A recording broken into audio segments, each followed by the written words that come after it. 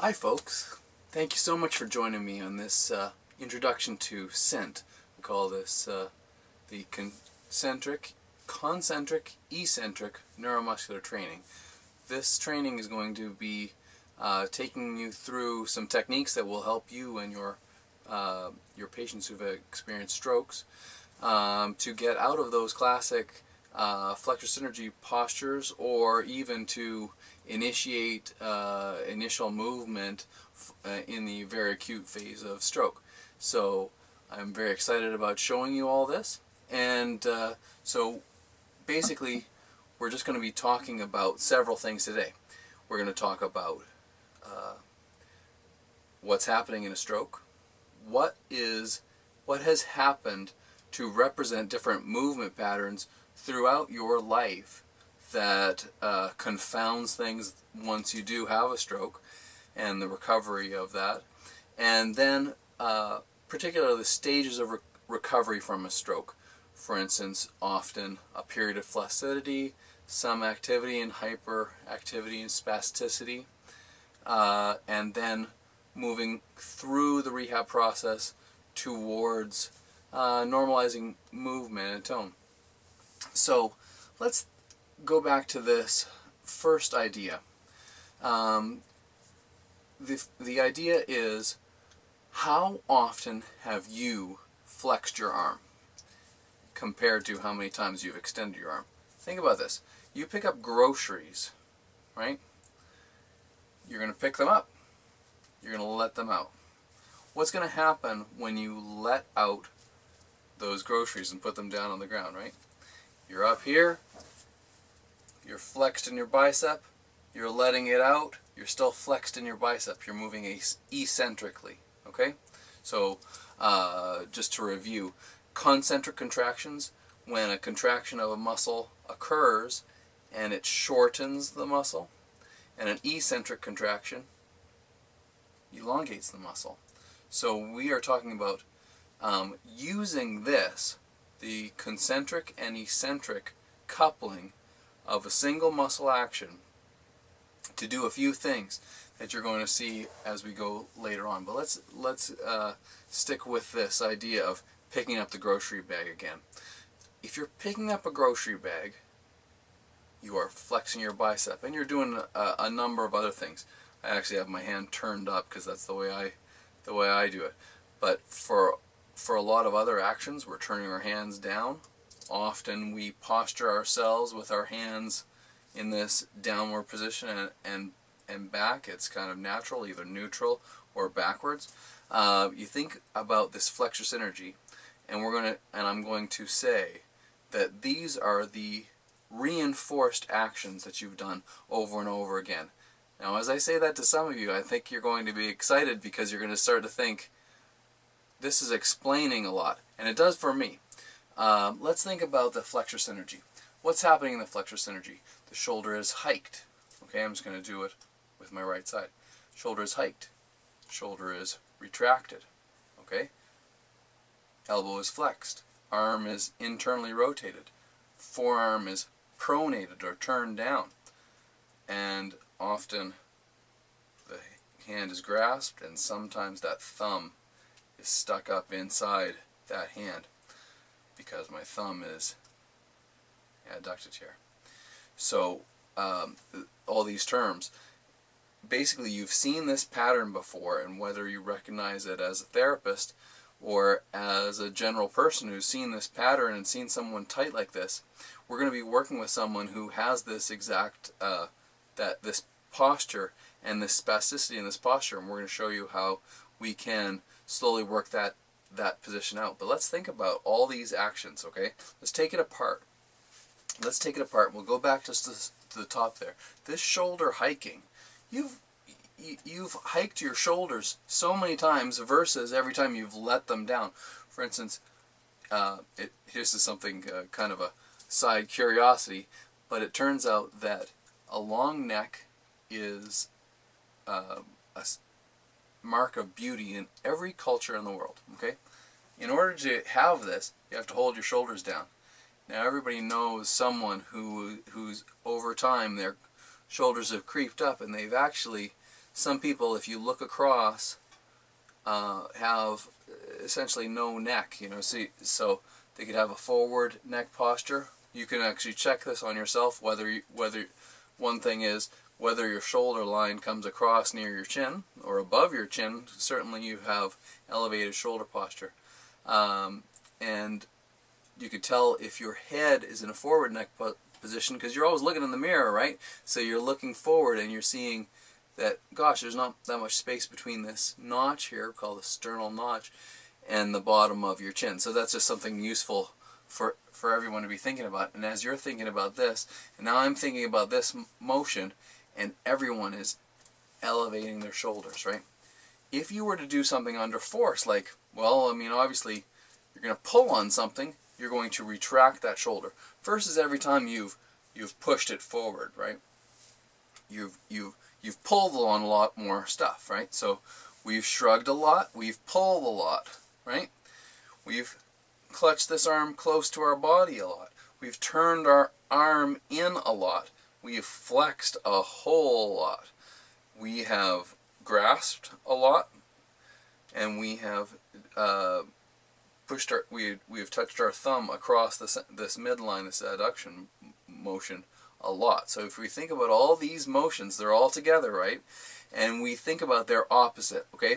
So the extensor synergy would be shoulder depression, protraction, which is bringing that shoulder forward, right? Letting your arm come out to the side, extending your arm, turning your hand up, extended out, and basically all these things would be opposite to the synergy. Why is opposite to the synergy the key to this CENT, or this concentric eccentric neuromuscular training that we're going to do? Well, if you're going to work on something, you want to work on something that's a little bit hard to do.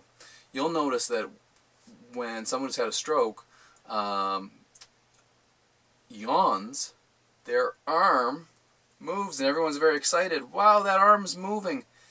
And I'm glad that there is some movement, because it's a prognosticator for some return of function.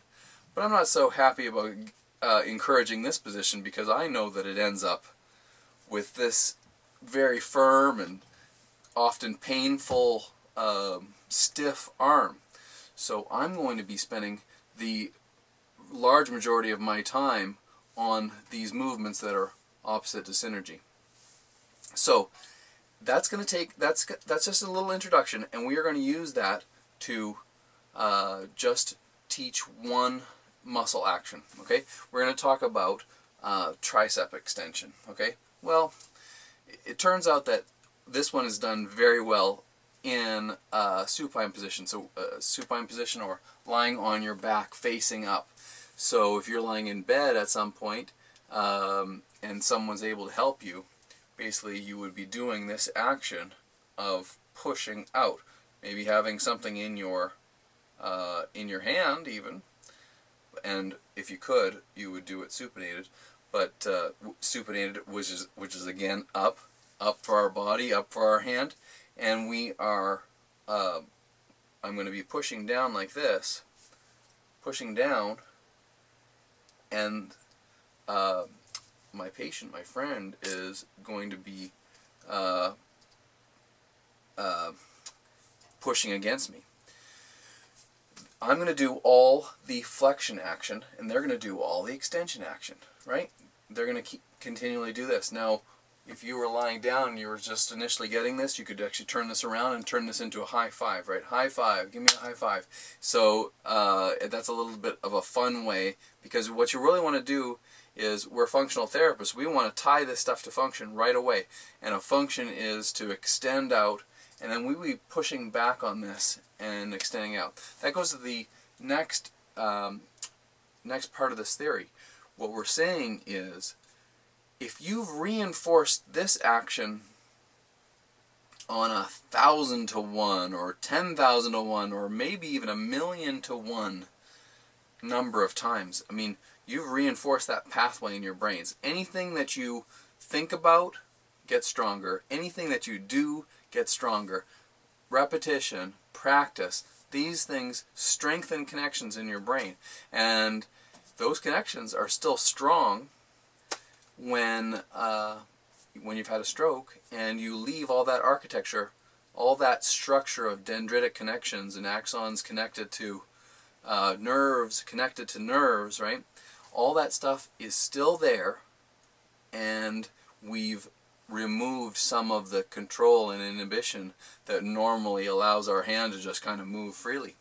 So, are we going to spend a lot of time doing things that are easy, right? Am I going to work on your biceps, another 1,000 times before I work on your triceps? No, I'm going to work on that triceps, and I want to get that triceps working, and I'm going to do it concentrically,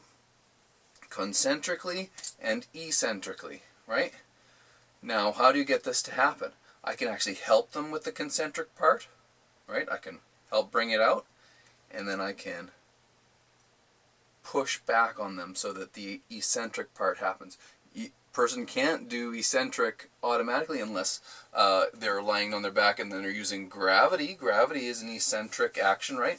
This is a lot like doing the bench press, right? You're pushing out, and then the weights come back down. So we know this method. We've done this method over and over again. This is the first time it's really being applied to stroke rehabilitation. So there's nothing new under the sun, but what we're doing is we're applying it in this particular way that I think you're going to find is important.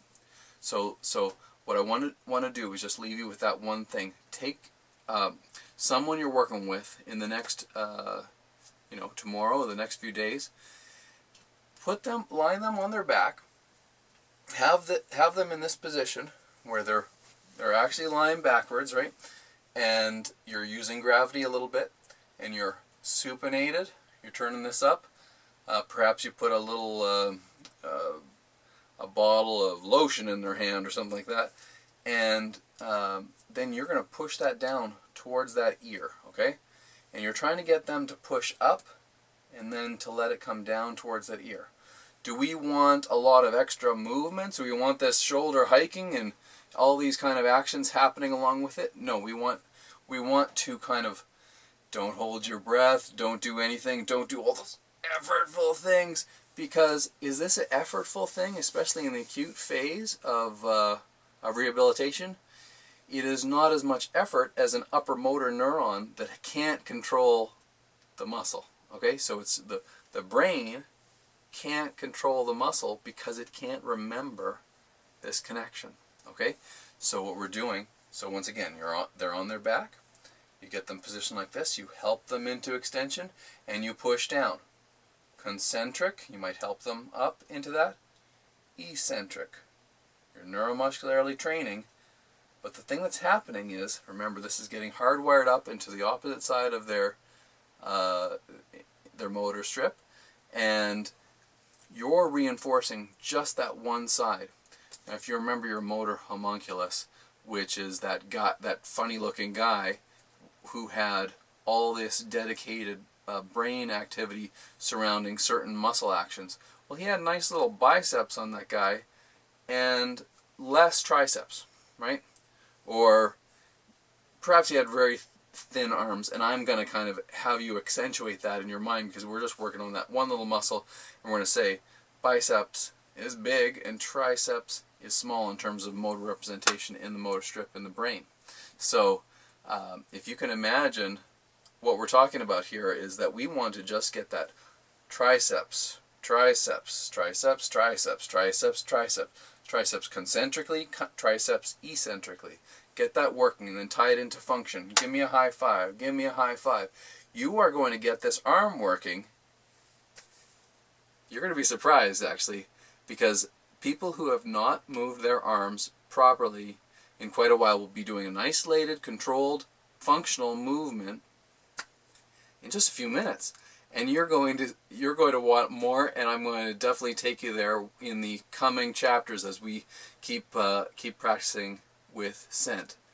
So once again, I'm so happy that you're here with us, because you're going to be taking your patients and your own careers to better heights. So thank you very much, and we'll see you next time.